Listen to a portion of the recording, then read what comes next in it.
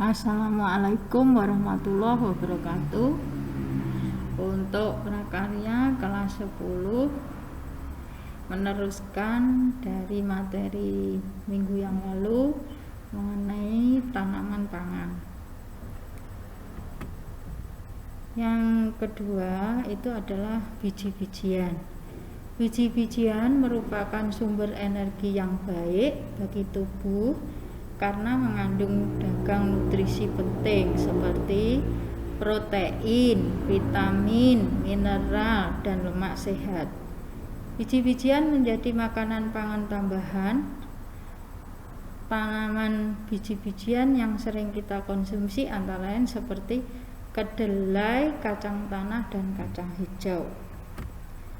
Kedelai mempunyai kandungan sumber protein nabati yang tinggi, kaya vitamin B, zat besi, asam folat, kalsium, potasium, dan serat.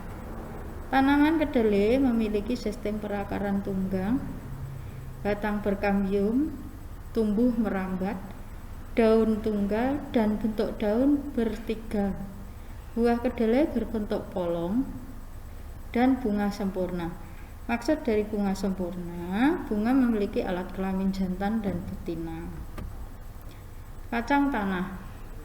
Kacang tanah merupakan kacang yang paling disukai sebagai cemilan. Cara pengolahan bisa direbus, diopen, bahkan dijadikan olahan makanan yang lain yang lebih menarik.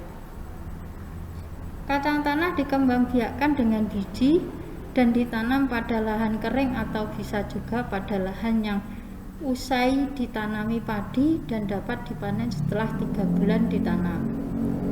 Batang dan daunnya tumbuh ke atas, sedangkan kacangnya tumbuh di dalam tanah. Kacang hijau. Tanaman kacang hijau merupakan tanaman palawija terpenting ketiga setelah tanaman kedelai dan tanaman kacang tanah, serta merupakan sumber nabati hayati tertinggi seperti suku polong-polongan. Tanaman kacang hijau memiliki akar tunggang, batang tegak, bulat berbulu. Daun terdapat 3 helai, daun yang terletak berselingan. Bunga muncul pada batang dan bersusun pada tali, dan sistem penyerbukan sendiri, dan buah kacang hijau berbentuk polong. Umbi-umbian. Tanaman umbi-umbian adalah tanaman yang ditanam umbinya. Tanaman umbi-umbian termasuk dalam tanaman pangan karena satu organ dari tumbuhan yang merupakan modifikasi dari organ lain mampu berfungsi sebagai penyimpanan zat tertentu, umumnya karbohidrat sebagai sumber energi utama manusia. Ubi jalar. Ubi jalar tanaman yang ditanam untuk dipanen ubinya yang memiliki batang menjalar dan pertumbuhan dapat berupa semak-semak.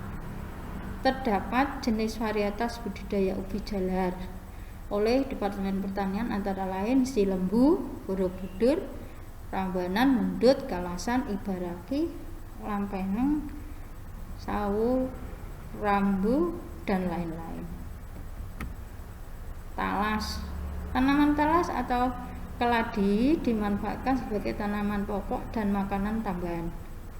Bagian dari tanaman talas seperti umbi, pelepah, dan daun talas manfaatkan sebagai olahan bahan makanan, ikan, dan pembungkus makanan yang mengandung nilai karbohidrat tinggi, protein, lemak, dan vitamin. Singkong.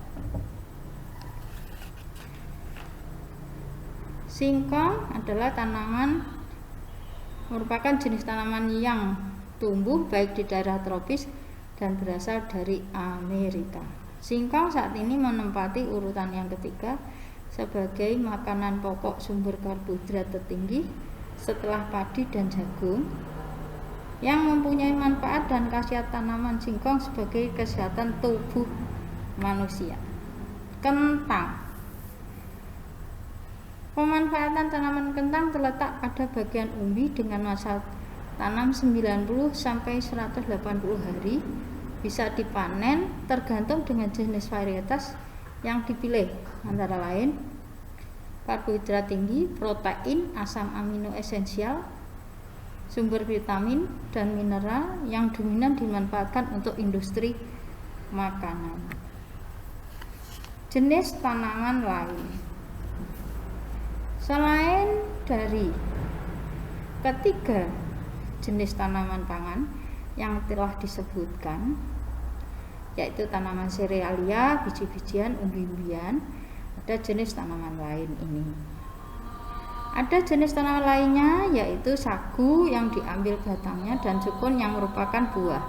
Sukun dan sagu dikonsumsi pada daerah seperti di Papua. Mereka mengkonsumsi sagu sebagai bahan pokok makanan utamanya. Terima kasih, semoga materi kali ini sangat bermanfaat di masa mendatang. Terus kemudian dipelajari materi untuk ulangan harian bersama. 1. Mengenai kerajinan dengan inspirasi budaya lokal non-Bunda. Yang kedua, rekayasa usaha produk, teknologi transportasi dan logistik. Saya akhiri. Wassalamualaikum warahmatullahi wabarakatuh.